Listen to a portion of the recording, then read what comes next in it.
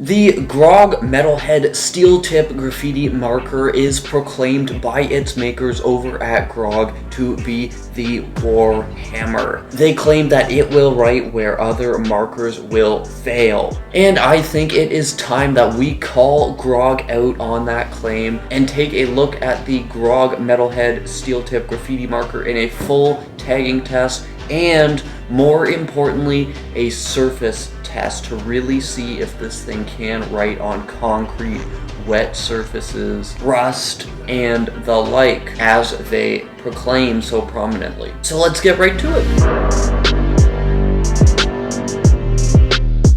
Alright guys, it is time to meet the Grog Metal Head here. I'm just going to tell you the stuff that you need to know now before we head over to our surface testing area and start throwing some tags up. And then I'll fill you in on the rest while we start to see this Grog Metal Head here in action on all the different surfaces I mentioned before. And here is what is important about it. The Grog Metal Head comes with a 4mm steel tip ballpoint, and it comes with a 60ml reservoir here to hold the paint. The reservoir is squeezable beyond belief. Right on the Grog site it says, "Don't be afraid to squeeze this marker." And that is exactly what we are going to do, my friends. It's about as carryable as just about any 60ml marker. In my experience, it fits well enough in a sort of loose jeans pocket, but it's certainly a lot nicer to carry around in, say, like a jacket pocket, something like that. If you're wondering about the paint in these bad boys, yes, the answer is yes. This is the very best smelling paint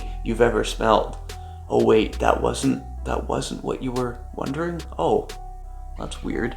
Huh. But more seriously, it comes filled with the Ruff Stuff paint. It's an ultra thick paint by Grog that comes in 11 different colors. You could get the Grog Metal Head itself in any of those colors or refills in 120ml bottles. There is plenty more about the Grog Metal Head that I will tell you about, but we're gonna wait and do that in a more practical setting while we start to tag up some subscribers' names who have asked me for a hit off in a video here on the channel. If you want all the important info though on these Grog Metal Heads, the pros, the cons, how they compare to some other metal heads, I do have a video talking about the best metal heads that I have ever used, where I compare quite a few of the steel tip graffiti markers like this one based on my experiences with them. Stay tuned, I'll link you to that video later. But for now, let's get to it.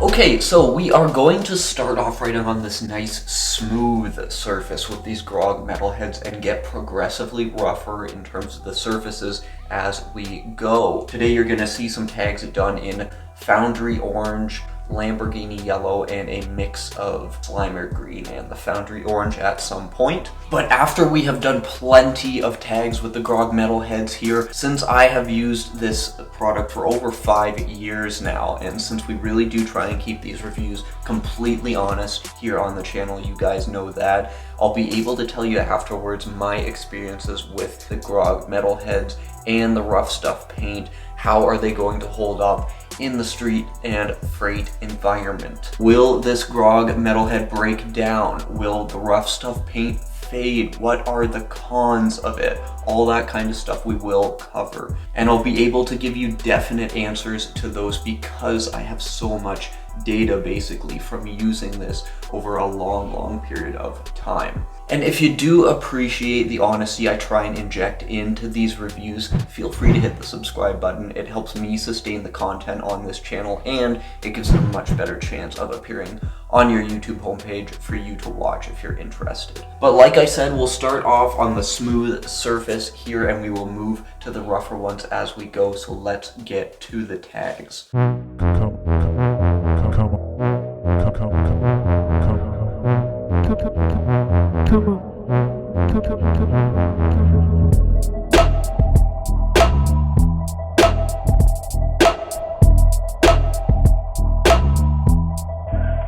So where to start with this Grog Metal Head? Well, the first thing you need to know is just it is the supreme leader of squeezability here in terms of at least metal heads. You can tell how much I'm squeezing. I'm squeezing it right in half, especially with some of the tags that I'm doing when it's getting a little low. In terms of how squeezable it is, just to give you guys an idea, if you've ever used like the OTR Soul Tip 004 or the 003, this is about the same as one of those. I described the Soul Tip 003 in my review of it as more like a sack of paint rather than a mop, and this is a very similar situation. And they need to do that with this specifically because the Ruff Stuff paint inside it is so thick. You can tell there's not too many drips on any of these tags that I'm writing, and you should be able to see exactly how much I am squeezing. So it's not like I'm not giving it the opportunity to drip, it's just that paint is so thick it just sticks to itself. The binder in it must be super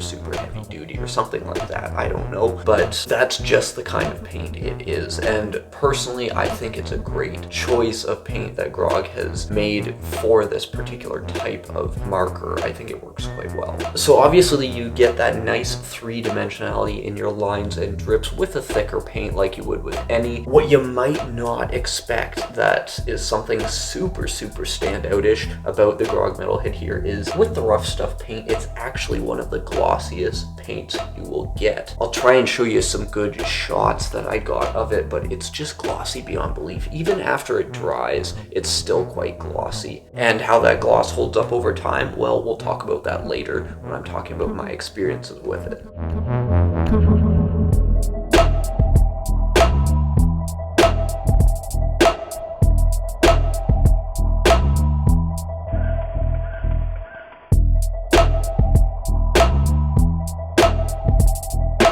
In terms of the ball bearing, on smooth surfaces, this rolls like a dream, partly because the ball bearing is a bit of a bigger one. That helps out, of course, but the other part of that is because the spring is so loose, which just gives it an extra bit of, it's almost like if you're driving a huge pickup truck with huge suspension instead of a tiny little car. The ball bearing, while it's rolling across whatever surface, it just has that extra give to make it nice and smooth. The paint itself, nice and vibrant. When you combine colors like I sort of did, you know, you get a bit of a dirtier looking color, but it maintains that shininess, and that to me is not unexpected, but it's really nice to see still. I know I'm talking a lot about the paint, and usually I don't do that in these reviews so much because you can fill these with just about anything, but specifically for this metal head, this paint itself is so specialized that I do feel sort of compelled to comment on it a little more than I would if we were taking a look at something else.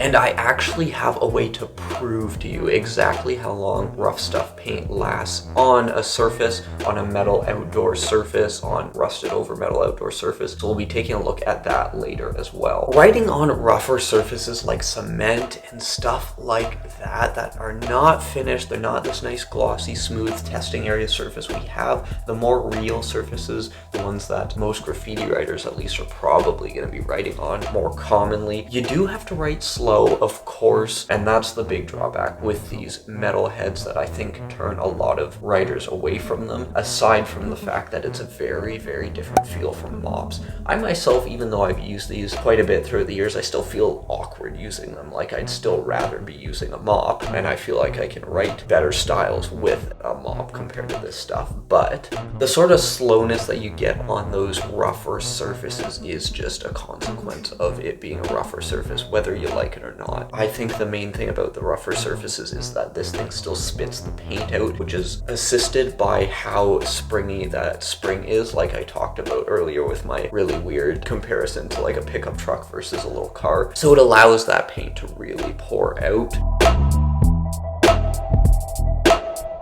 And to me personally, I really think there's something sort of beautiful about how glossy the paint is, specifically when you see it on old rusty surfaces or rough concrete, things like that. It's a very stark contrast that I think works really well when you have that sort of three-dimensionality and it all comes together. That's just my opinion, I don't know. So after seeing the Grog Metal Head perform and seeing how it texts, we've got a pretty good idea of how the Grog Metal Head can perform at its best, but I still haven't proven to you guys exactly how long this Ruff Stuff paint can last in an outdoor environment. And I've had a chance to revisit some of my old tags that I did with the Grog Metal Head, so I can show you exactly how long the Ruff Stuff paint lasts and tell you about some of the cons of this that you'll want to be aware of if you're looking to pick one of these up for yourself. So if you are looking to pick one of these up, it's a good thing you're still watching.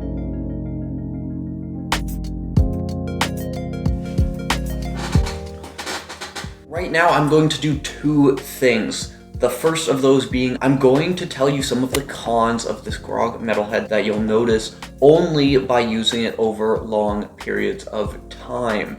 Secondly, I'm going to show you exactly how fade resistant and weatherproof the Ruff Stuff paint that comes in this Grog Metal Head actually is. That'll sort of put it in perspective if you do want to try this mop out for yourself, which I will link you to in the description, by the way. So largely the Grog Metal Head here does everything that Grog claims it will do, but there are some cons to it that you should be aware of, and this is why I find it especially important to sort of review a lot of times graffiti products that I've been using for a long time, because these are all problems that you don't notice using it right away, right off the bat. And I think that's also why a lot of other reviews on YouTube of various graffiti products might not necessarily be the most helpful or necessarily accurate. But the cons of this. First one, the neck buckling. This is something that you'll notice over time as the plastic starts to give way a little bit. Every time you take this cap off and put it back on, the cap stays on when it's on, but it's because it takes that much force to get it on there, and the plastic here is soft enough and the neck will start to buckle on this marker. With this older one, you can see I can push this right down now, and that's very irritating. To combat that, try and keep this little bit clean, try and keep the inside of the cap clean. That helps it come on and off much easier. Obviously it's a bit bulky, that's certainly not a pro, so I should say it now. But now we get to the big con of these, and that is the ball bearing. The ball bearing will have trouble in three ways. One, the spring is loose enough that sometimes it'll get jammed under and you actually have to take it apart and like poke a pen up in there to like resurface the ball bearing. That can be irritating. It ruins your mop until you can bring it home and fix it. Secondly, the ball bearing on occasion will chip. On occasion as well, it will just completely break and fall out. That's what happened to this one here. I'm sure I can show you a shot of what it looks like with the ball bearing being sort of caved in. With regards to the Ruff Stuff paint, like you saw earlier, those tags that were done on rust were actually done over 5 years ago. And in a video I did a while back, I revisited those exact tags after 5+ years to see how they were holding up being in normal outdoor weather. If you want to check that video out, it compares a whole bunch of paints and inks and sees exactly how weatherproof they have been over a long period of time. So if you don't believe me, go and check out how well this has held up over time in that video, linked in the corner or the description. In my opinion, it's one of the very best videos I've ever done on this channel, and it never really got any traction on YouTube, so it's a bit of a hidden gem for those of you to look at who are still here watching. But the bottom line is this Grog Metal Head has a ton of potential, at least I feel it does, but it's important to be aware of those cons that I was mentioning to help you avoid them if you are going to use this and help this last longer for you and you'll get more out of it. So hopefully that helps you out. Feel free to check out that video I mentioned comparing many paint and ink formulae in terms of their weatherproofness. That'll be on screen now. I hope to see you over there quite soon. Until then, peace.